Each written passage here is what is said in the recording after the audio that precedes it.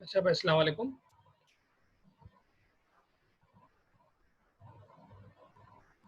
तो last lecture में lecture आज का हम स्टार्ट कर रहे हैं।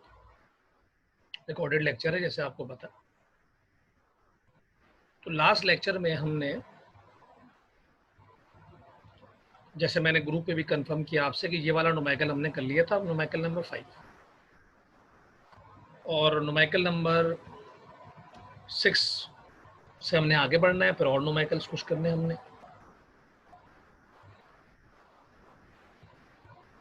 तो नुमेरिकल नंबर 6 मैंने पहले से लिख के रखा हुआ है ताकि टाइम हमारा सेव हो।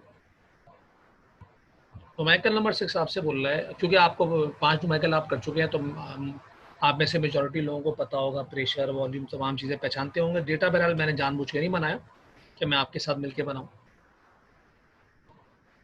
तो सवाल आपसे कह रहा है कि 1.4 DM cube of a gas, ठीक है। इसका मतलब है कि फ़ौरन से आप अटेंटिव हो जाओ, नुमेरिकल मेरे साथ करें आप। 1.4 DM cube of a gas का मतलब है कि आपको वॉल्यूम गिवन है, दैट इज 1.4 डीएम क्यूब। ये बुक का क्वेश्चन है। आमतौर पर बुक में क्वेश्चन होते नहीं है केमिस्ट्री में, पर ये जो क्वेश्चन है ये बुक का है।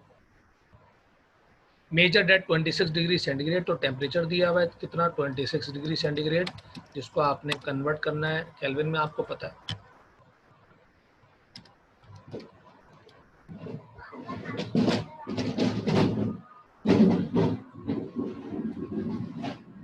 फिर 900 टॉर आपको प्रेशर दिया हुआ है, तो प्रेशर आपका हो गया 900 टॉर।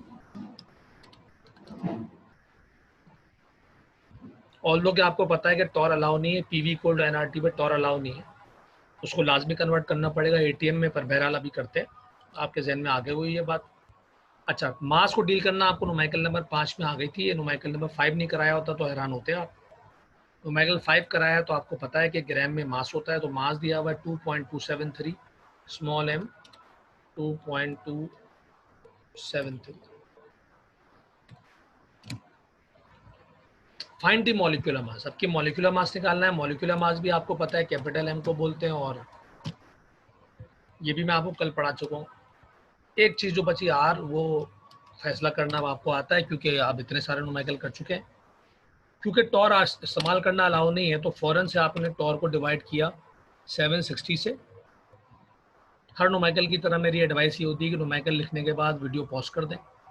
ये कोई लाइव लेक्चर तो है नहीं कि आप मेरे साथ साथ चल रहे हो। और वीडियो पॉज करके पेंसिल से पहले खुद काम करें, उसके बाद फिर चेक करें कि सर क्या करा रहे हैं। खैर, तो अब ये आपने इसको 760 से डिवाइड किया, तो ये आप किस में आ जाएंगे, एटीएम में आ जाएंगे।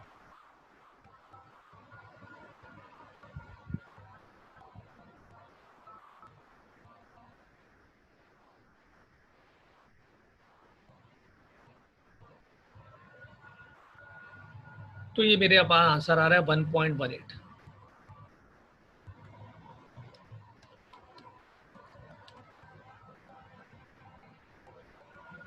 और जब प्रेशर एटीएम में होता है तो आपको पता है आर की वैल्यू होती है 0.0821, और इसकी यूनिट भी आपको याद होनी चाहिए, एटीएम डीएम क्यूब, नीचे आएगा मोल और के।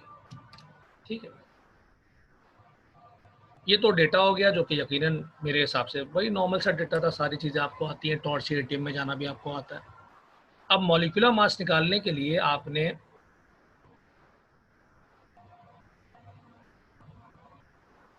नुमेरिकल नंबर 5 में ये चीज़ पढ़ी।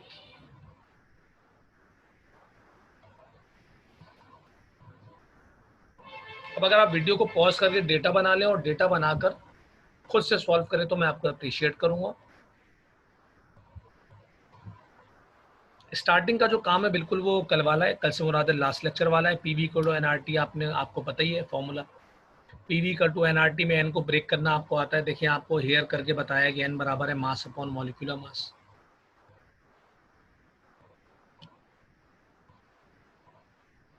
अब क्योंकि आपको कैपिटल एम निकालना है, तो आपको पता है कि जब भी अननोन जो है वो डिवाइड में आ जाता है तो उसको ऊपर लेके जाते हैं। आपको पता है कभी भी अननोन जो है वो डिनोमिनेटर में नहीं होना चाहिए। तो कैपिटल एम आपका अननोन वैल्यू है, वो डिनोमिनेटर में अच्छा नहीं लग रहा, उसको आपको ऊपर लेकर आ रहा है न्यूमरेटर में। तो यहाँ डिवाइड हो रहा है, वहाँ जाके क्या हो जाएगा, मल्टीप्लाई हो जाएगा। तो अगला जो स्टेप है वो बड़ा सादा सा हो जाएगा आपका। तो नेक्स्ट स्टेप क्या होगा भाई, कि पी वी एम, ठीक है, पी वी के साथ एम आ गया। बात समझ रहे हैं सब? पीवी के साथ एम आ गया, एम यहाँ डिवाइड हो रहा था, वहां जाके मल्टीप्लाई किया। क्यों मल्टीप्लाई किया? ताकि ये अपॉन के ऊपर आ जाए, अननोन कभी भी अपॉन के नीचे नहीं होना चाहिए। M R T. अब मैं डेटा मिटा रहा हूँ, जरा मेरे पास जगह नहीं है सॉल्व करने के लिए। डेटा तो आपने बना ही लिया होगा सारा का सारा, तो डेटा मैंने मिटा दिया। जिन लोगों ने कॉपी नहीं किया था वो वीडियो को बैक करके कॉपी कर लेंगे। डेटा ये कर लेना चाहिए था आपको अब तक।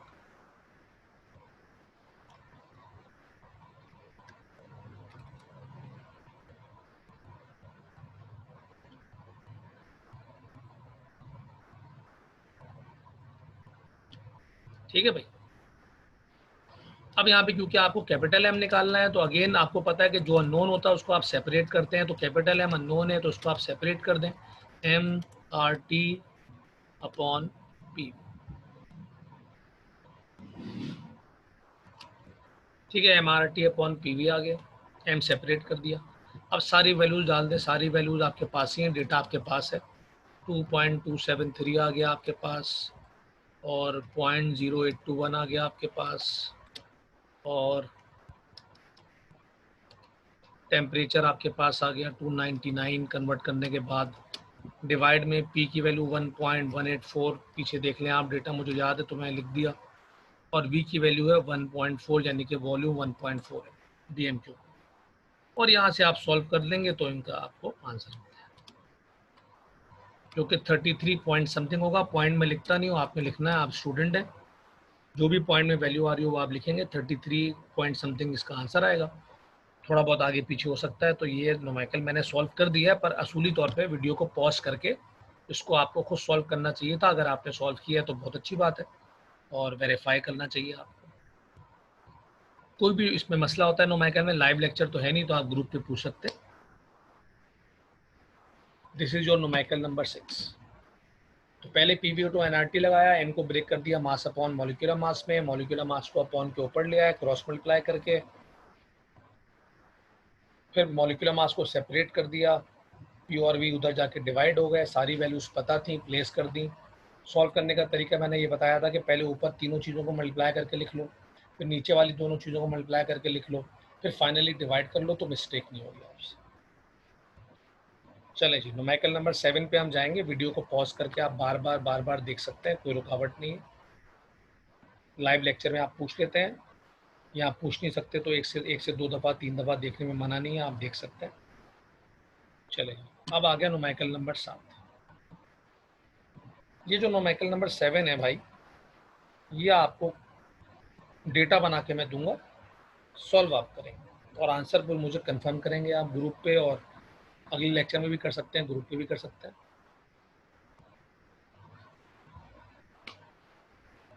ज़रा डेटा बनाते हैं इसका। अच्छा, ये सवाल बड़ा इंपॉर्टेंट है, बहुत आता है पेपर में, ज़रा जिम्मेदारी से पढ़ना है आपने। फाइंड दी डेंसिटी, डेंसिटी निकालनी है। इससे पहले आपने डेंसिटी का कोई सवाल नहीं किया, आपको अच्छी तरह पता है ये बात। तो डेंसिटी का कोई सवाल नहीं करने का मतलब है कि ये थोड़ी नई चीज़ कहलाएगी, मामूली सी नई चीज़ कहलाएगी।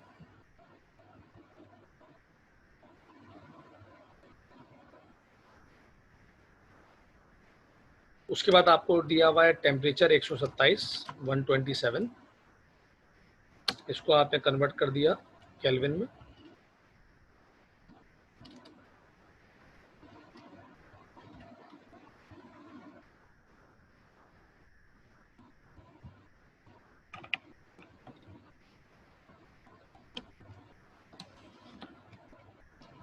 उसके बाद एटीएम में आपको पता है प्रेशर होता है, सबको पता है 3.5 एटीएम प्रेशर दिया हुआ है।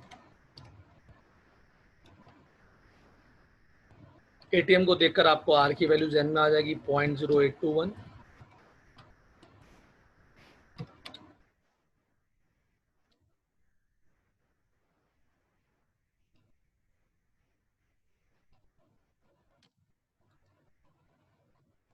और क्योंकि ब्रैकेट में आपको पता है मॉलिक्यूलर मास होता है, सबने जो लोग रेगुलर पढ़ रहे हैं, अच्छे से पढ़ रहे हैं, रिवाइज करके चल रहे हैं चीज़ों को, आपको पता है ब्रैकेट में जो होता है वो मॉलिक्यूलर मास होता है। ये आपका सादा सा डेटा आ गया।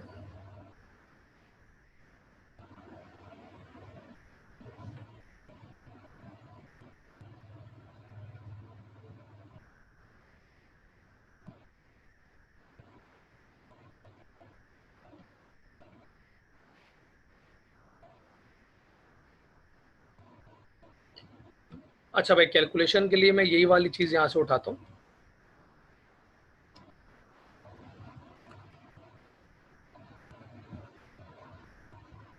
कैलकुलेशन वाला पार्ट आप करेंगे, उससे पहले वाला पार्ट मैं समझा।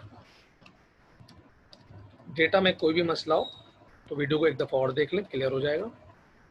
सॉल्यूशन वाला पार्ट मैंने कॉपी पेस्ट किया पीछे से, वहाँ से मैं बदल दूंगा, टाइम बचाने के लिए मैंने ऐसा किया। सबको पता है पीवी का टू एनआरटी होता है।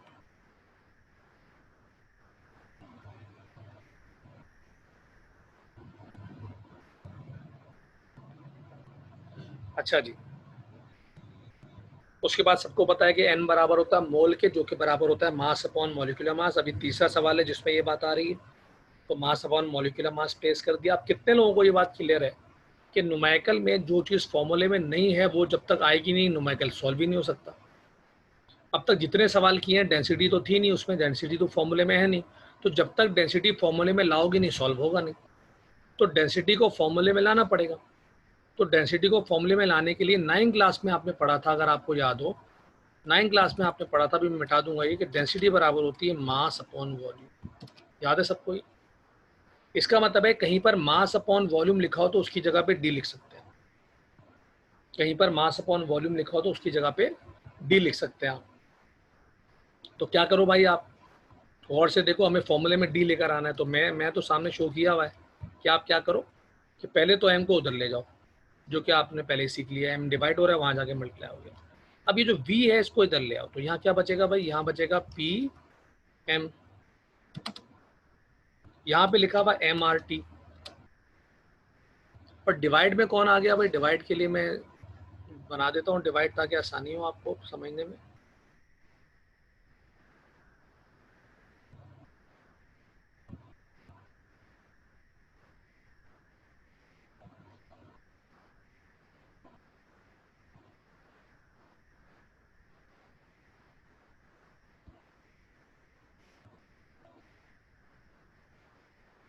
ठीक है भाई,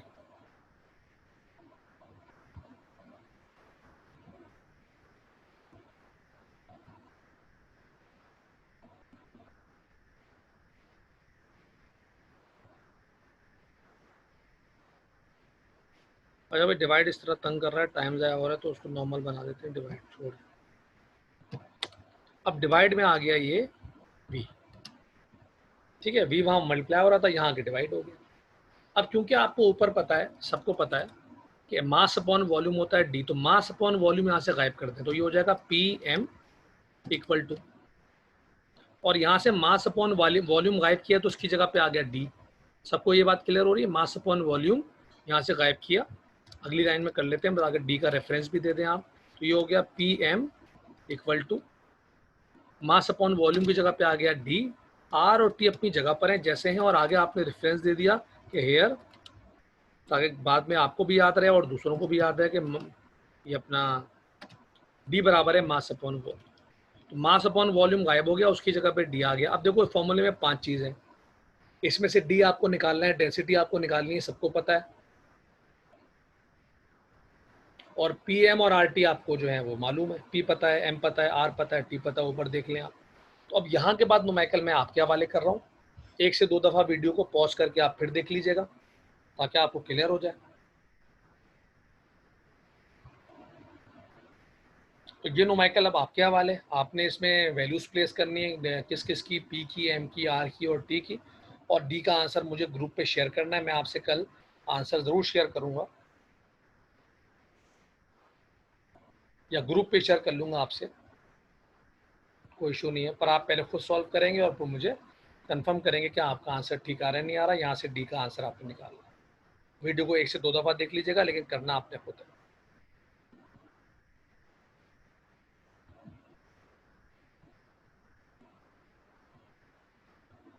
ठीक है भाई, तो जिनको प्रॉब्लम हो रही है वो वीडियो को पॉज करें, पैक करके एक दफ़ा और देख लें।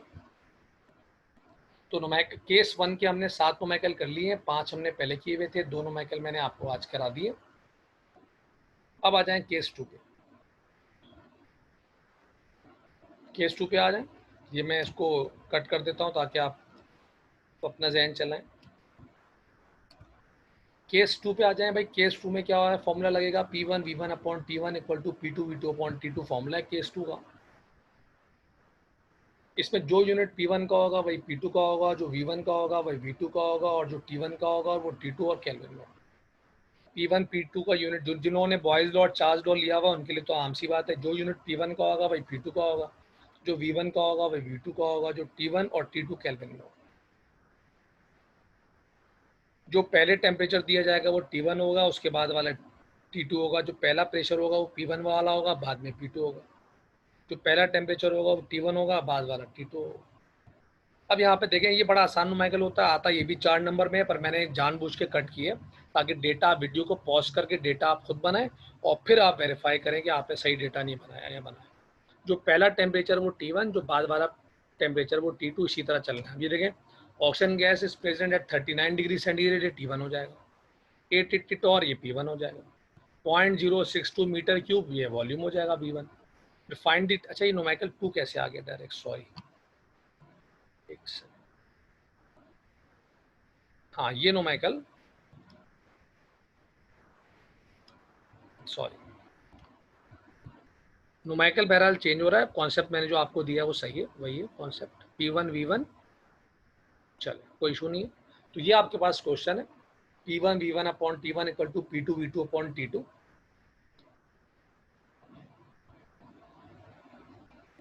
यूनिट वगैरह के बारे में मैंने आपको जो बताया वो अपनी जगह पर है। क्वेश्चन नंबर डायरेक्ट 2 पे चले गए थे बाय मिस्टेक, तो वापस 1 पे आ गए। अब ये कह रहा है गैस ऑक्यूपाई 700 ml। 700 ml क्या हो जाएगा V1 हो जाएगा। 28 डिग्री सेंटीग्रेड क्या हो जाएगा T1 हो जाएगा।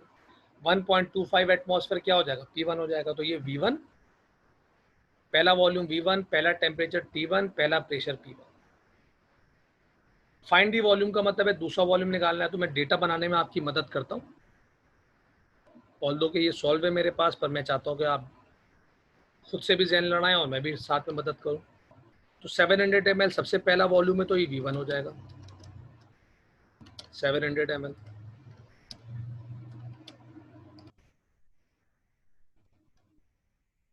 उसके बाद 28 डिग्री सेंटीग्रेड पहला टेम्परेचर है, तो वो T1 हो जाएगा। इसमें 273 ऐड करना मस्ट है इस चैप्टर में, आपको पता है। 1.25 एटमॉस्फेयर पहला प्रेशर है, तो ये P1 हो जाएगा।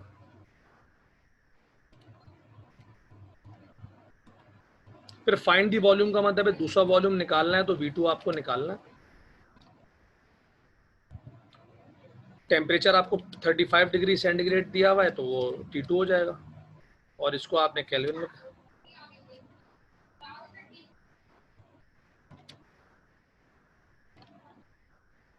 T2 हो जाएगा ये। और फाइनली 900 टॉर आपका P2 है, जाहिर सी बात है P2 900 टॉर। अच्छा इतने मेच्योर आप हो चुके हैं कि आपको दिख रहा है कि यार एक प्रेशर एटमॉस्फेयर में और एक प्रेशर टॉर में, ये मसला है। केल्विन दोनों टेम्परेचर केल्विन में गुड हो गया। V1 आपका ml में है, तो V2 का जो आंसर आएगा वो भी ml में आएगा, तो ये तो खैर है। सिर्फ एक टेंशन आ रही है कि जो प्रेशर है उसका यूनिट सेम नहीं है। हमने शुरू में तय किया है कि P1 P2 का यूनिट क्या होना चाहिए, सेम होना चाहिए, पर वो सेम नहीं है। तो इसको सेम बनाने के लिए आपने या तो ATM को टॉर में ले आना या टॉर को ATM में ले आना। दोनों की कन्वर्जन मैं आपको दिखा रहा हूँ। ATM से टॉर में जाने के लिए आप करेंगे, अल्लाह भला करे, मल्टीप्लाई बाय 760, और टॉर से ATM में आने के लिए आप करेंगे डिवाइड बाय 760। ठीक है भाई, जो भी आप इनमें से करना चाहें वो करें। कोई भी एक काम करेंगे, या तो ATM से टॉर में आ जाए या टॉर से ATM में आ जाए, जो आपको आसान लगे। मुझे जो आसान लगता है वो ये है कि मैं टॉर से ATM पसंद करता हूँ, तो 760 से डिवाइड किया तो ATM में आ जाओ।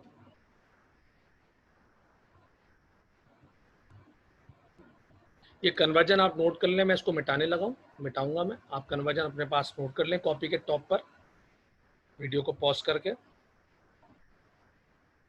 अच्छा अब जब ये प्रेशर P2 ATM में आ गया, तो अब आप फॉर्मूला लगा सकते हैं। कैलकुलेशन मेरे पास है, मैं आप वीडियो को पॉज करें, पॉज करके फॉर्मूला लगाएं। P1 V1 upon T1 equal to P2 V2 upon T2। सारी वैल्यूज प्लेस करें, सॉल्व करें, और सॉल्व करके आंसर निकाल के कंफर्म करें कि आप ठीक कर रहे हैं कि नहीं। उसके बाद आप वीडियो को दोबारा प्ले करें और फिर चेक करें कि आप मिस्टेक कर रहे हैं या नहीं कर रहे हैं। अल्लाह करे आप मिस्टेक ना करें।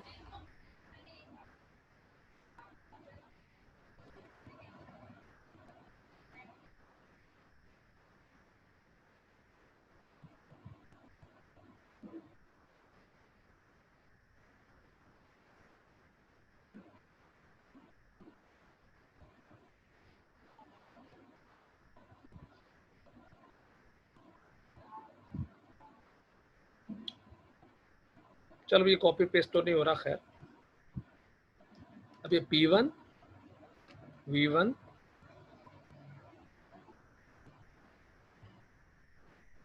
Upon T1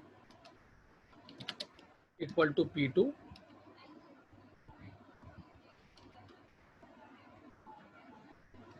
V2 upon T2 लगाया आपने। सारी वैल्यूज प्लेस करवाएं, थोड़ा छोटा दिख रहा है ताकि एक ही शीट पे आपको सब दिखे। P1 आपका 1.25 है, V1 आपका 700 है, T1 डिवाइड में आपके पास है 301। P2 जो है वो आप कैलकुलेट कर लें, कन्वर्ट करने के बाद क्या आ रहा है मैं भी करता हूँ।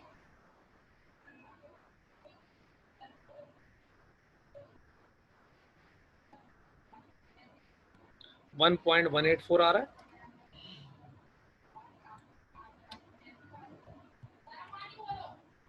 V2 आपको निकालना है और T2 कन्वर्ट करने के बाद आपका आ रहा है 308। हमेशा की तरह आपको अननोन को सेपरेट करना है, तो V2 को आप यहीं पे रखें। अब तो बहुत न्यूमेरिकल में करा चुका हूँ आपको। V2 को आपने यहीं पे रखना है, बाकी दोनों चीज़ें वहाँ ले जाएं। तो V2 आपने यहीं पे रखा 1.25 मल्टीप्लाई बाय 700 मल्टीप्लाई बाय 308। 308 यहाँ डिवाइड हो रहा था, उधर लेफ्ट पे जाके मल्टीप्लाई हो गया। अच्छा 301 पहले से लिखा हुआ है यहाँ पे, उधर से आ गया 1.184। ये V2 आपका सेपरेट हो गया। V2 को आपने राइट पे रखा है और बाकी तमाम चीज़ें यहाँ लेफ्ट पे ले गए। 308 डिवाइड हो रहा था, वहाँ जाके मल्टीप्लाई हुआ है, और 1.184 मल्टीप्लाई हो रहा है, वहाँ जाके डिवाइड हो गया। 308 डिवाइड हो रहा था, वहाँ जाके मल्टीप्लाई हो गया। बाकी तमाम चीज़ें जो लेफ्ट पे लिखी हुई थी वो अपनी जगह पर है।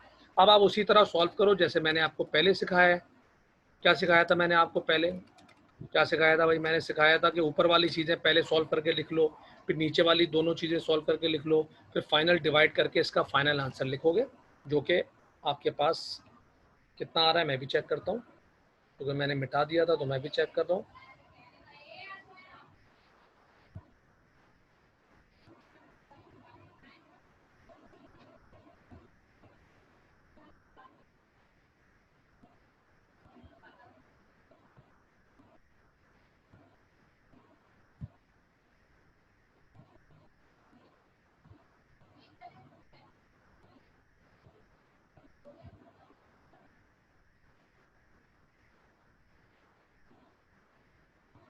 अच्छा ये 992 है, मैंने गलती से 900 लिखा है। देखिए जब भी देगा आंसर लोगों को गलत हो जाते हैं, मैं भी उन्हीं में शामिल हो गया। और 990 डिवाइड बाय 760, तो ये 1.30, ये मैं सही कर देता हूँ। 1.30 माजरत, 1.184 नहीं है, 1.30 है। सॉरी भाई। अब सॉल्व कर लेते हैं। 1.25 multiply by 700 multiply by 308 divided by 301 divided by 1.3। ठीक है भाई। तो ये 688 आ रहा है। अगेन पॉइंट के बाद कुछ आ रहा होगा, वो लिखना है आपने, मैं नहीं लिख रहा हूँ। अच्छा क्योंकि आपका V1 का यूनिट ml है तो V2 का यूनिट भी ml होगा। ठीक है भाई, V1 का यूनिट ml है, लिहाजा V2 का यूनिट भी ml होगा। अब वीडियो को पॉज करके आप कॉपी कर लें, 1 से 2 दफ़ा देख लें अगर आप कहीं फंस रहे हैं। अच्छा डेंसिटी वाला जो न्यूमेरिकल मैंने इससे पहले कराया है, इसको मैं होमवर्क नहीं बोलूँगा, इसलिए कि इसमें मैंने सारी चीज़ें तो बता दी हैं आपको। जस्ट आपने वैल्यूज प्लेस करना है और सॉल्व करना है ना भाई? वैल्यूज प्लेस करना है और सॉल्व करना है, बाकी सब तो आपने कर लिया, तो उसको होमवर्क नहीं बोलेंगे आप।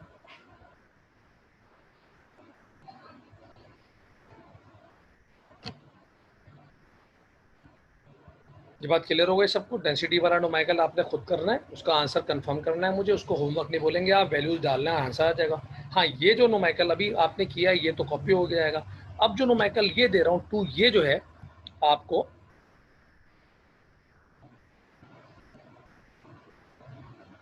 वीडियो को पॉज करके पहले खुद करना है। इस पे लेक्चर का पहला पार्ट मैं एंड कर रहा हूँ, सेकंड पार्ट में इसका सॉल्यूशन है।